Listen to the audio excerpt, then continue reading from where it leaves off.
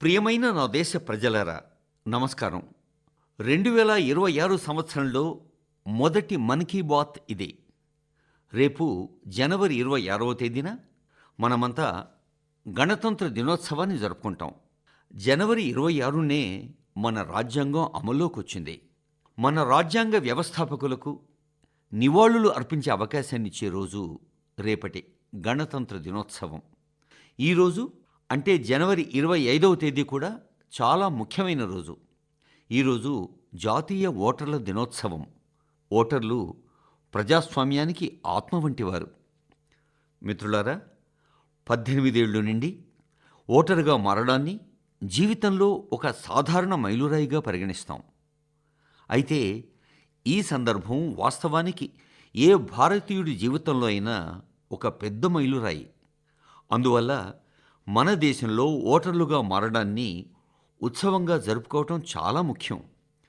పుట్టినరోజును జరుపుకుంటున్న విధంగానే యువతీ యువకులు మొదటిసారి ఓటర్లుగా మారినప్పుడు వారిని అభినందించేందుకు, స్వీట్లు పంపిణీ చేసేందుకు మొత్తం నివాస ప్రాంతం, గ్రామం లేదా నగరం కలిసి రావాలి ఓ పండుగ రీతిలో. ఇది ఓటు వేయటం మీద అవగాహన పెంచుతుంది.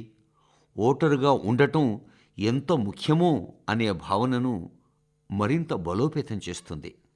మిత్రులారా, మన దేశంలో ఎన్నికల ప్రక్రియలో పాల్గొన్న వారందరికీ, మన ప్రజాస్వామ్యాన్ని ఉత్సాహంగా ఉంచేందుకు క్షేత్రస్థాయిలో పనిచేసే వారందరికీ నా హృదయపూర్వక కృతజ్ఞతలు. 18 ఏళ్లు నిండిన తర్వాత ఓటర్లుగా నమోదు చేసుకోవాలని ఈరోజు అంటే ఈ ఓటరు దినోత్సవం నాడు నేను నా యువ స్నేహితులందరినీ మరోసారి కోరుతున్నాను. ఇది ప్రతి పౌరుడి నుంచి రాజ్యాంగం ఆశించే కర్తవ్య పాలనా భావాన్ని నెరవేర్చే అంశం. భారత ప్రజాస్వామ్యాన్ని మరింత బలోపేతం చేసే అంశం కూడా. నా ప్రియమైన దేశవాసులారా, ఈ రోజుల్లో సోషల్ మీడియాలో ఒక ఆసక్తిదాయకమైన ధోరణి నేను గమనిస్తున్నాను. ప్రజలు 2016 సంవత్సరపు నాటి జ్ఞాపకాల్ని మళ్ళీ గుర్తుకు తెచ్చుకుంటున్నారు. ఆ స్ఫూర్తితో ఈరోజు నా జ్ఞాపకాల్లో ఒకదాన్ని మీతో పంచుకోవాలి అనుకుంటున్నాను. 10 ఏళ్ల క్రిందట 2016 జనవరిలో మనం ఒక ప్రతిష్టాత్మక ప్రయాణాన్ని ప్రారంభించాం. చిన్న ప్రయాణమే అయినా అది యువతరానికి, దేశ భవిష్యత్తుకు చాలా ముఖ్యం అని గ్రహించాం. కొంతమందికి దాని గురించి అప్పుడు అర్థం కాలేదు. మిత్రులారా, మీకు అర్థమయ్యే ఉంటుంది, నేను మాట్లాడుతున్న ప్రయాణం స్టార్టప్ ఇండియా. ఈ అద్భుతమైన ప్రయాణంలో హీరోలు మన యువ స్నేహితులే కదా. వారు తమ కంఫర్ట్ జోన్ నుంచి బయటకొచ్చి చేసిన ఆవిష్కరణలు చరిత్రలో నమోదవుతున్నాయి. మిత్రులారా, నేడు భారతదేశం ప్రపంచంలోనే 3వ అతిపెద్ద స్టార్టప్ పర్యావరణ వ్యవస్థ. ఈ స్టార్టప్లు విభిన్న రంగాల్లో వచ్చాయి. ఈ స్టార్టప్ సంస్థలు 10 ఏళ్ల క్రితం ఊహకు కూడా అందని రంగాల్లో ఈరోజు పనిచేస్తూ ఉన్నాయి. కృత్రిమ మేధ, అంతరిక్షం, న్యూక్లియర్ శక్తి, సెమీ కండక్టర్లు, మొబిలిటీ, గ్రీన్ హైడ్రోజన్, బయోటెక్నాలజీ, ఇలా మీరు ఏ రంగంలో అయినా చూడండి, ఆ రంగంలో కొన్ని భారతీయ స్టార్టప్లు పనిచేయటాన్ని మీరు గర్వంగా చూస్తారు. ఏదైనా స్టార్టప్తో సంబంధం ఉన్నా లేదా సొంతంగా ప్రారంభించాలి అనుకుంటున్న నా యువ స్నేహితులందరికీ నా సెల్యూట్.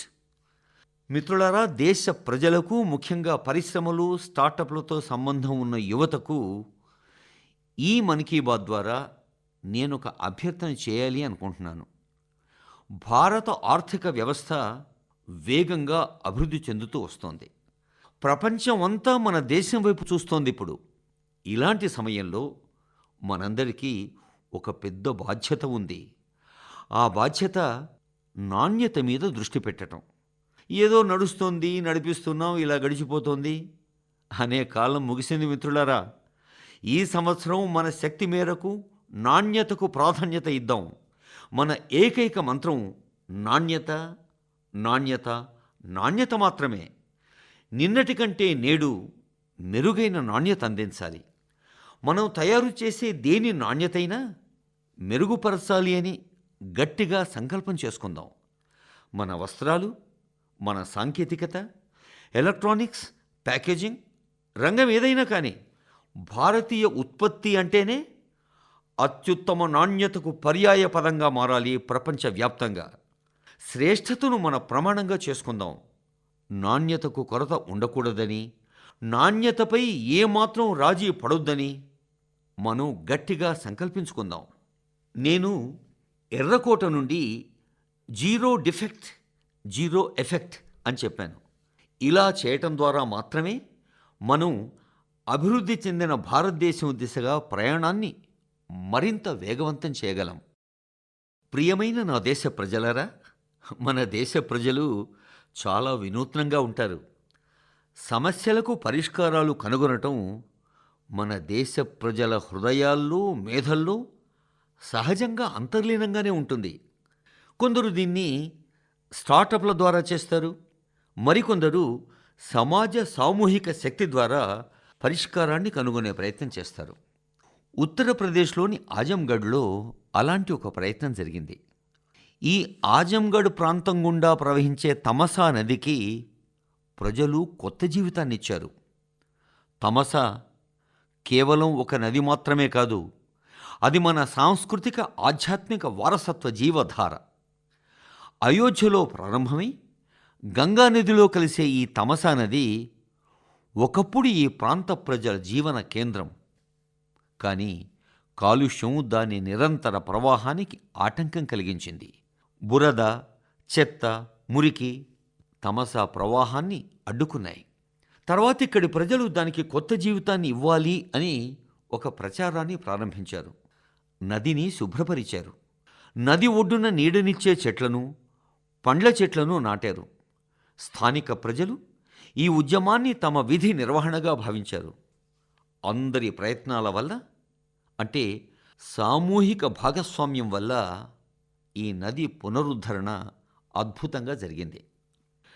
మిత్రులారా, ఆంధ్రప్రదేశ్లోని అనంతపురంలో కూడా ఇలాంటి ప్రజా భాగస్వామ్య ప్రయత్నం ఒకటి జరిగింది. అది తీవ్రమైన కరువు సమస్యతో సతమతం అవుతున్న ప్రాంతం. అక్కడి నేల ఎరుపు, ఇసుక రంగులో ఉంటుంది.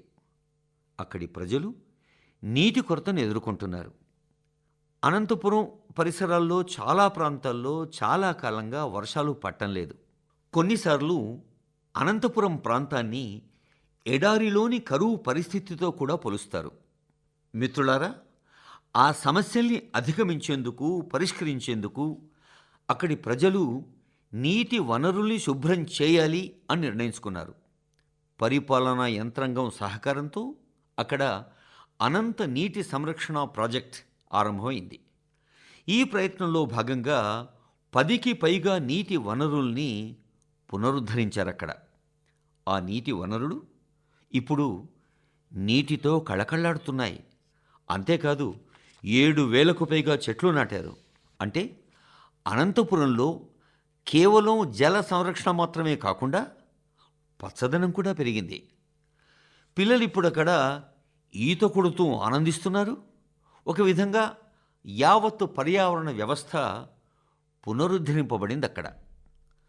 మిత్రులారా, అది ఆజంగఢైనా, అనంతపురమైనా లేదా దేశంలో ఎక్కడైనా ప్రజలందరూ ఐక్యంగా ఉండి కర్తవ్య నిష్ఠతో పెద్ద సంకల్పాల్ని నెరవేర్చుకుంటే చాలు, ఎంత ఆనందంగా ఉంటుంది ఎవరికైనా.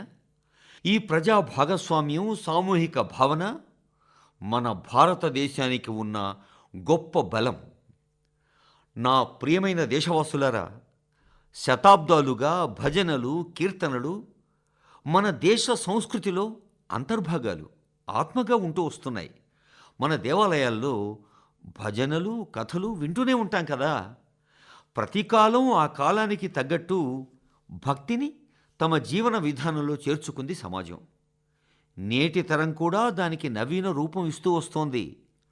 నేటి యువతరం తమ అనుభవాల్లో, జీవన శైలిలో భక్తిని చేర్చుకుంటోంది. ఈ ఆలోచనే ఒక కొత్త సాంస్కృతిక ధోరణికి దారితీసింది. మీరు సామాజిక మాధ్యమాల్లో ఇలాంటి వీడియోలు ఎన్నో చూసుంటారు. దేశవ్యాప్తంగా వివిధ నగరాల్లో పెద్ద సంఖ్యలో యువత గుమికూడుతున్నారు. వేదికలు అలంకరిస్తారు, లైటింగ్ ఉంటుంది, సంగీతం ఉంటుంది, పూర్తి వైభవోపేతమైన ప్రదర్శనలు ఉంటాయి. వాతావరణం ఒక కచేరీ కంటే తక్కువేమీ కాదు.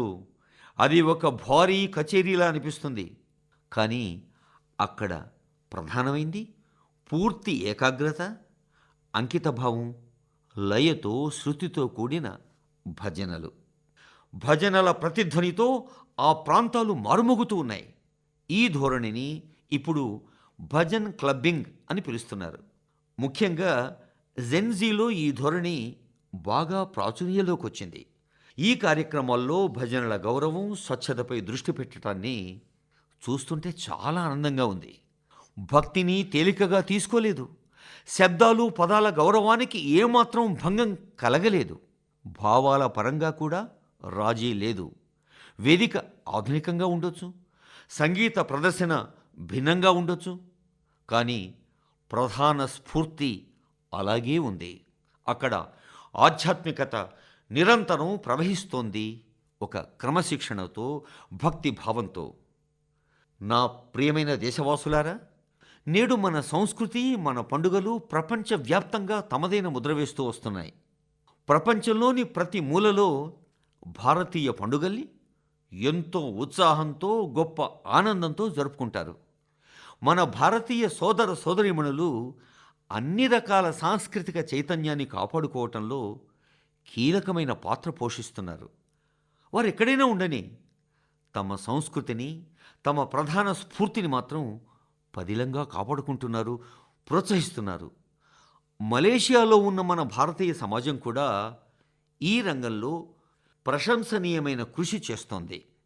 మలేషియాలో 500 కంటే ఎక్కువ తమిళ పాఠశాలలు ఉన్నాయని తెలుసుకుంటే ఆశ్చర్యపోతారు కదా మీరు. తమిళ భాషను బోధించటంతో పాటు ఇతర విషయాలు కూడా తమిళంలో బోధిస్తారు. దీంతోపాటు తెలుగు, పంజాబీతో సహా ఇతర భారతీయ భాషలపై కూడా దృష్టి పెడుతున్నారు మలేషియాలో. మిత్రులారా, భారతదేశం, మలేషియాల మధ్య చారిత్రక, సాంస్కృతిక సంబంధాల్ని బలోపేతం చేయటంలో, మరింత పటిష్టం చేయటంలో ఒక సంస్థ ప్రధాన పాత్ర పోషిస్తున్నది. ఆ సంస్థ పేరు మలేషియా ఇండియా హెరిటేజ్ సొసైటీ. వివిధ కార్యక్రమాలతో పాటు ఈ మలేషియా ఇండియా హెరిటేజ్ సొసైటీ వారు హెరిటేజ్ వాక్ కూడా నిర్వహిస్తున్నారు. ఇందులో 2 దేశాల్ని అనుసంధానం చేసే సాంస్కృతిక ప్రదేశాల్ని కవర్ చేస్తారు. గత నెలలో మలేషియాలో లాల్ ప్యాడ్ చీర నడక నిర్వహించారు. ఈ చీరకు మన బెంగాల్ సంస్కృతితో ప్రత్యేకమైన సంబంధం ఉంది. అత్యధిక సంఖ్యలో ఆ చీరల్లో ముస్తాబైన మహిళలు ఈ కార్యక్రమానికి హాజరైనట్టు మలేషియన్ బుక్ ఆఫ్ రికార్డ్స్లో రికార్డ్ అయ్యింది. ఈ సందర్భంగా ఒడిస్సీ నృత్యం, బబూల్ సంగీతం ప్రజల హృదయాన్ని గెలుచుకున్నాయి. అందుకే నేనిలా అంటున్నాను, సాయాబర్ బాంగా డయాస్పోరా ఇండియా ది మలేషియా, మెరకా మంటావా ఇండియా దాన్ మలేషియా సెమాకిన్ రాపా. అంటే మలేషియాలోని ప్రవాస భారతీయుల విషయంలో నేనెంతో గర్వపడుతున్నాను. వారు భారతదేశాన్ని మలేషియాకు దగ్గరగా తీసుకొస్తున్నారు. మలేషియాలోని మన ప్రవాస భారతీయులందరికీ నా హృదయపూర్వక శుభాకాంక్షలు. నా ప్రియమైన దేశ ప్రజలారా, భారతదేశంలో ఎక్కడికైనా వెళ్ళండి, అక్కడ ఏదో ఒక అపూర్వమైన విషయం, అసాధారణమైన సంగతి మనం తప్పకుండా చూస్తాం. తరచుగా ఈ విషయాలు మీడియా దృష్టికి రాకపోవచ్చు, రావాల్సినంత వెలుగు రాకుండా మరుగున పడవచ్చు. కానీ అవి మన సమాజానికి సంబంధించిన నిజమైన శక్తిని వెల్లడిస్తాయి. అవి మన వాల్యూ సిస్టమ్స్, అంటే మన విలువలు, సంప్రదాయాలు, ధర్మాన్ని గురించి ఒక సంగ్రహమైన అవలోకాన్ని కూడా కలిగిస్తాయి. దీనిలో ఐకమత్య స్ఫూర్తి అత్యంత ప్రధానం. గుజరాత్లోని బెద్రాజీ ప్రాంతంలో ఉన్న చందంకి గ్రామ సంప్రదాయం చాలా ప్రత్యేకమైంది. చందంకిలోని ప్రజలు, ముఖ్యంగా వృద్ధులు, తమ ఇళ్లల్లో వంట చేయరు అని నేను చెబితే మీరు ఆశ్చర్యపోతారు కదూ. దీనికి కారణం, ఆ ఊళ్ళో ఒక అద్భుతమైన కమ్యూనిటీ వంటగది ఉంది. ఈ కమ్యూనిటీ వంటశాలలో మొత్తం గ్రామానికి సరిపడా ఆహారాన్ని వండుతారు. ప్రజలందరూ కలిసి ఒకే దగ్గర కూర్చొని తింటారు. ఈ సంప్రదాయం గత 15 సంవత్సరాలుగా సాగుతూ వస్తోంది. ఎవరైనా అనారోగ్యంతో ఉంటే టిఫిన్ బాక్స్ సేవ కూడా అందుబాటులో ఉంచుతారు వాళ్ళు. అంటే హోమ్ డెలివరీ అన్నమాట. అంటే ఇంటికే వస్తుంది ఆహారం. గ్రామంలో ఈ కమ్యూనిటీ భోజనం ప్రజల్లో ఎంతో ఆనందాన్ని నింపుతోంది. ఈ చొరవ ప్రజలందరినీ ఒక దగ్గరికి తేవటం, అనుసంధానం చేయటమే కాకుండా ఏక కుటుంబ భావనను కూడా ప్రోత్సహిస్తోంది. మిత్రులారా, భారతదేశ కుటుంబ వ్యవస్థ మన సంప్రదాయంలో అంతర్భాగం. ప్రపంచవ్యాప్తంగా అనేక దేశాలు మన భారతీయ కుటుంబ వ్యవస్థ వైపు ఎంతో ఆసక్తిగా చూస్తూ ఉన్నాయి. అనేక దేశాల్లో ఇలాంటి కుటుంబ వ్యవస్థల్ని గాఢంగా ప్రేమిస్తారు, గౌరవిస్తారు. కొద్ది రోజుల కిందట నా సోదరుడు యుఏఈ అధ్యక్షుడు Sheikh Mohammed bin Zayed Al Nahyan గారు భారతదేశాన్ని సందర్శించారు. యుఏఈ 2026ను కుటుంబ సంవత్సరంగా జరుపుకుంటుంది అని ఆయన నాకు చెప్పారు. అంటే ఆ దేశ ప్రజల్లో సామరస్యం, సమాజ స్ఫూర్తిని బలోపేతం చేయటమే ఈ కుటుంబ సంవత్సర లక్ష్యం. ఇది నిజంగా చాలా ప్రశంసించదగిన చొరవ. మిత్రులారా, కుటుంబము సమాజము రెండూ కలిస్తే, అంటే రెండింటి బలము ఒకటైతే మనం ఎన్నో సవాళ్లను అలవోకగా అధిగమిస్తాం. అనంతనాగులోని షేక్ కుండ్ గ్రామం గురించి ఇప్పుడు మనం తెలుసుకుందాం. అక్కడ మాదక ద్రవ్యాలు, పొగాకు, సిగరెట్లు, మద్యానికి సంబంధించిన సవాళ్లు చాలా పెరిగాయి. ఇవన్నీ చూసిన మీర్ జాఫర్ గారు ఎంతో బాధపడ్డారు. ఈ సమస్యను ఎలాగైనా పరిష్కరించాలి అనుకున్నారు. యువత నుంచి పెద్దల దాకా అందరినీ ఒక్కటి చేశారు. ఆయన చొరవ వల్ల, ఆ ప్రభావం వల్ల అక్కడి దుకాణాలు పొగాకు ఉత్పత్తులను అమ్మటం మానేశాయి. ఈ ప్రయత్నం మాదక ద్రవ్యాల వల్ల కలిగే ప్రమాదాన్ని ప్రజల్లో పటిష్టంగా నాటేందుకు, ప్రజల్లో అవగాహన పెంచేందుకు ఎంతో ఉపయోగపడింది.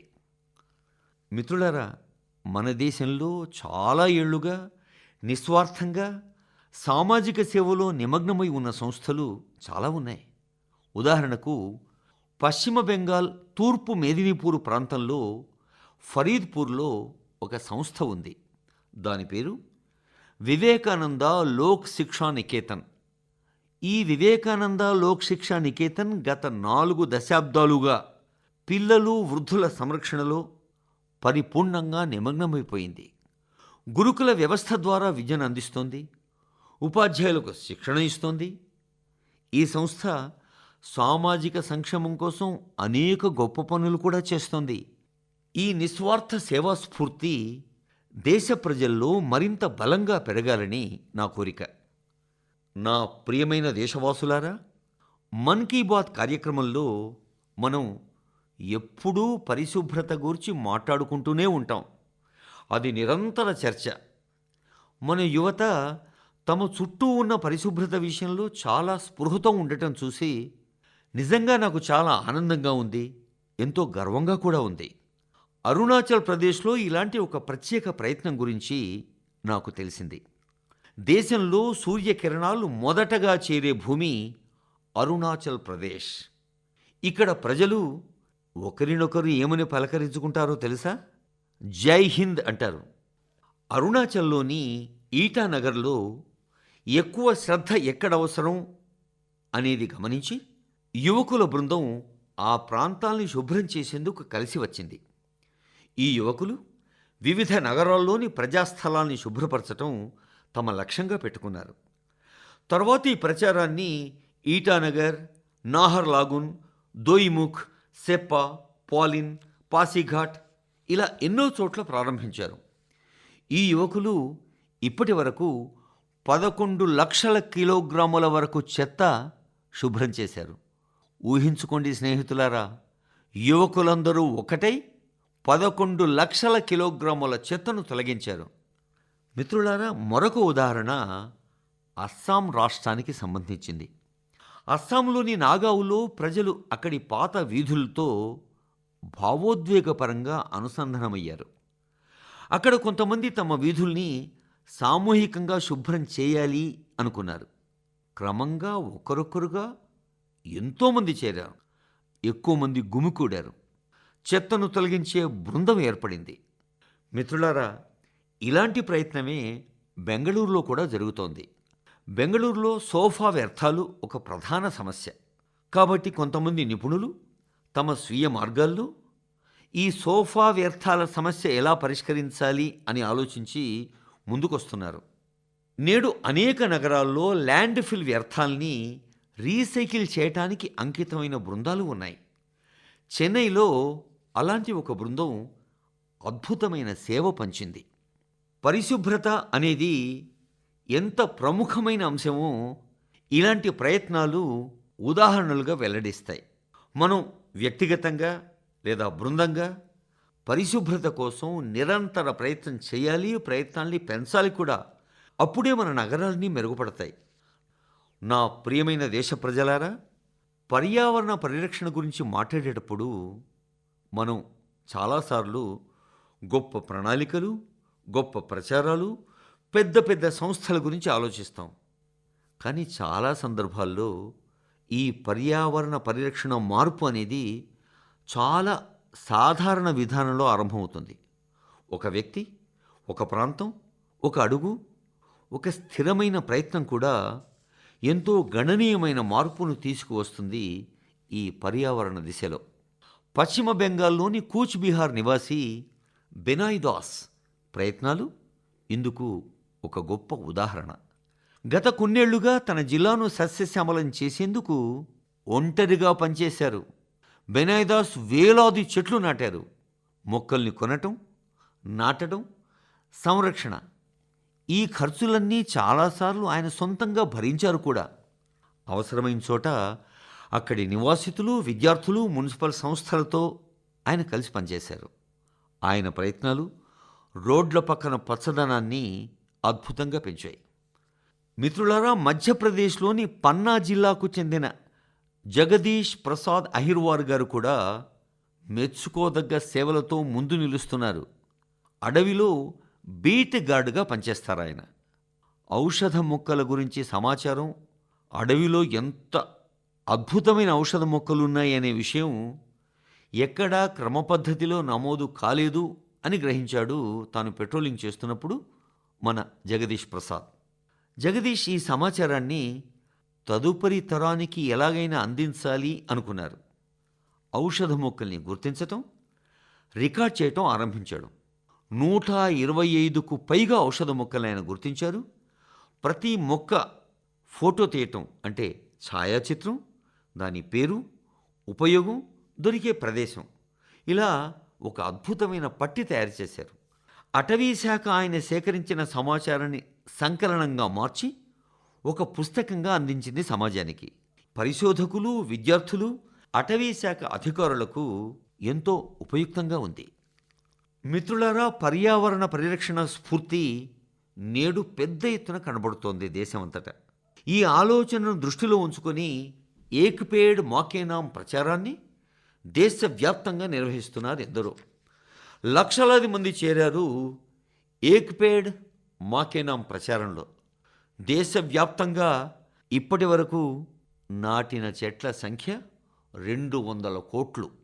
ప్రజలిప్పుడు పర్యావరణ పరిరక్షణ గురించి మరింత అవగాహన కలిగి ఉన్నారని, ఏదో విధంగా తమ సహకారం అందించాలి అని కోరుకుంటున్నారని ఈ 200 కోట్ల చెట్ల సంఖ్య స్పష్టంగా చెబుతోంది కదా. నా ప్రియమైన దేశవాసులారా, ఇంకొక విషయంలో మీ అందరినీ నేను ఎంతో అభినందించాలి అనుకుంటున్నాను. అదే మిల్లెట్స్ లేదా శ్రీ అన్న. శ్రీ అన్న పట్ల దేశ ప్రజల ఆసక్తి ఎంత పెరుగుతోందో రోజురోజుకి నాకు చాలా సంతోషంగా ఉంది. 2023ను మనం మిల్లెట్ సంవత్సరంగా ప్రకటించాం.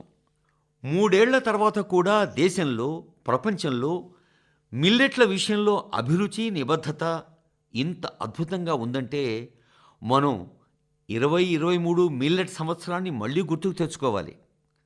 మిత్రులారా, తమిళనాడులోని కల్లాకురిచి జిల్లా మహిళా రైతుల బృందం కృషి ఎంతో స్ఫూర్తిదాయకం. దాదాపు 800 మంది మహిళా రైతులు పెరియపాళయం మిల్లెట్ రైతు ఉత్పత్తి సంస్థతో అనుబంధాన్ని కలిగి ఉన్నారు. మిల్లెట్ల విషయంలో రోజురోజుకు ప్రజాదరణ పెరుగుతోంది. అది గమనించారు ఈ మహిళలు. మిల్లెట్ ప్రాసెసింగ్ యూనిట్ ఒకటి స్థాపించారు సొంతంగా. ఇప్పుడు వారు నేరుగా మిల్లెట్ ఉత్పత్తుల్ని మార్కెటింగ్ చేస్తున్నారు, లాభాలు గడిస్తున్నారు కూడా. మిత్రులారా, రాజస్థాన్లోని రామ్సర్ రైతులు కూడా శ్రీ అన్నుతో నూతన ఆవిష్కరణలు ఎన్నో చేస్తున్నారు. 900 మందికి పైగా రైతులు రామ్సర్ ఆర్గానిక్ రైతు ఉత్పత్తి సంస్థతో అనుబంధం కలిగి ఉన్నారు. ఈ రైతులు ప్రధానంగా జొన్నలను పండిస్తారు. తినడానికి సిద్ధంగా ఉన్న లడ్డూల్ని తయారు చేయడానికి ఇక్కడ ఆ జొన్నల్ని ప్రాసెస్ చేస్తారు. ఈ జొన్న లడ్లకు మార్కెట్లో చాలా డిమాండ్ ఉంది. మిత్రులారా, ఈ రోజుల్లో చాలా దేవాలయాలు తమ ప్రసాదాల్లో చిరుధాన్యాలను మాత్రమే ఉపయోగిస్తున్నాయని తెలుసుకొని నిజంగా నాకెంతో సంతోషంగా ఉంది. ఈ చొరవకు ఆలయ నిర్వాహకులందరినీ నేను హృదయపూర్వకంగా అభినందిస్తున్నాను. మిత్రులారా, ఈ చిరుధాన్యాలు అన్నదాతలైన మన రైతుల ఆదాయాన్ని పెంచుతూ ఉన్నాయి. అంతేకాదు మెరుగైన ఆరోగ్యానికి హామీ కూడా ఇస్తున్నాయి. చిరుధాన్యాల్లో పోషక విలువలు సమృద్ధిగా ఉంటాయి. సూపర్ ఫుడ్గా మారతాయి చిరుధాన్యాలన్నీ. శీతాకాలాన్ని మన దేశంలో ఆహార పానీయాల సేవనానికి అత్యుత్తమ కాలం అంటారు. కాబట్టి ఈ కాలంలో మనం చిరుధాన్యాల్ని ఖచ్చితంగా తినాలి. నా ప్రియమైన దేశ ప్రజలారా, మన్ కీ బాత్లో మనకు మరోసారి అనేక విభిన్న అంశాల్ని చర్చించుకునే అవకాశం లభించింది. మన దేశ విజయాలను గుర్తించి ఉత్సవంగా జరుపుకునే అవకాశాన్ని ఈ కార్యక్రమం మనందరికీ ఇస్తుంది. అలాంటి మరొక అవకాశం ఫిబ్రవరిలో మన ముందుంది. India AI impact summit. ఇది వచ్చే నెలలో జరగనుంది. ప్రపంచవ్యాప్తంగా ఉన్న నిపుణులు, ముఖ్యంగా సాంకేతిక రంగంలోని అందరూ ఈ శిఖరాగ్ర సమావేశంలో పాల్గొనేందుకు మన దేశానికి వస్తారు. ఈ సమావేశం కృత్రిమ మేధ విషయంలో మన దేశం సాధించిన పురోగతి విజయాల్ని కూడా ప్రపంచం దృష్టికి తీసుకొస్తుంది. ఇందులో పాల్గొనే ప్రతి ఒక్కరిని నేను హృదయపూర్వకంగా అభినందిస్తున్నాను. ఇండియా ఏఐ ఇంపాక్ట్ సమ్మిట్ గురించి వచ్చే నెల మన్ కీ బాత్లో మనం ఖచ్చితంగా చర్చిద్దాం. మన దేశవాసులు సాధించిన మరికొన్ని ఇతర విజయాలను కూడా ముచ్చటించుకుందాం. అప్పటిదాకా దయచేసి ఈ మన్ కీ బాత్ కార్యక్రమంలో నాకు వీడుకోలు చెప్పండి. రేపటి గణతంత్ర దినోత్సవ సందర్భంగా మీ అందరికీ మరోసారి నా శుభాకాంక్షలు. ధన్యవాదాలు.